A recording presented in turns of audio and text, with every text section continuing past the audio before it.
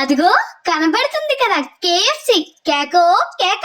మా కుటుంబం అంతా కామైపోయి కేరింగ్ చూపిస్తున్నారేంటా అనుకున్నానండి. కేఎఫ్సి మీద కన్నేశారండి. కుక్ చేయాల్సిందే అని కోని రాగాలతో ఎత్తుంటే కుదిరెక్కడది కుమ్మెద్దం వచ్చేయండి. చికెన్ ని బాగా శుభ్రం చేసుకుని పీసులకి ఇలా బాగా ఘాట్లు పెట్టేసుకోండి. ఇప్పుడు ఇందులో ఓ చెంచా ఉప్పు, 2 చెంచాల కారం, ఓ చెంచా అల్లం వెల్లుల్లి పేస్ట్, 1/2 చెంచా గరం మసాలా, ఓ చెంచా మిరియాల పొడి, అలాగే కొంచెం సోయా సాసు, టమాటో సాసు వేసి శుభ్రంగా కలిపేసుకుని 3-4 గంటల పాటు ఫ్రిడ్జ్ లో పెట్టేసుకోండి. 4 గంటల తర్వాత ఒక ప్లేట్ లో 1 కప్పు మైదా, ఓ చెంచా మిరియాల పొడి, కారం, ఉప్పు, అలాగే వంట సోడా వేసి బాగా కలిపేసుకుని ఫ్రిడ్జ్ లో పెట్టుకున్న పీసుల్ని కలుపుకున్న మైదాలో వేసుకుని పూర్తిగా అంటించేసుకుని దీన్ని ఒకసారి కూలింగ్ నీళ్ళలో ముంచి తీసుకుని మళ్ళీ మైదాలో పెట్టి బాగా అంటించేసుకుని మిగతా పిండిని తులిపేసుకుని పక్కనెట్టేసుకోండి. ఇప్పుడు ప్లేట్ లో గుడ్డుని చెదకొట్టేసుకుని బాగా గిలకొట్టేసుకుని లెగ్ పీస్ అన్నిటికి కూడా బాగా అంటించేసుకున్నాక దీన్ని తీసుకెళ్లి ఉంటే బ్రెడ్ క్రమ్స్ లేదా బ్రెడ్ పొళ్ళు వేసుకుని లెగ్ పీసులకి బాగా అంటించేసుకోండి. ఇలా అన్నిటికి అంటించేసుకున్నాక వేడెక్కిన నూనెలో మాత్రమే వేసుకుని చిన్న మంటలోనే 2 వైపులో కూడా బంగారం రంగు వచ్చే వరకు వేపేసుకుని పక్కనెట్టేసుకోండి.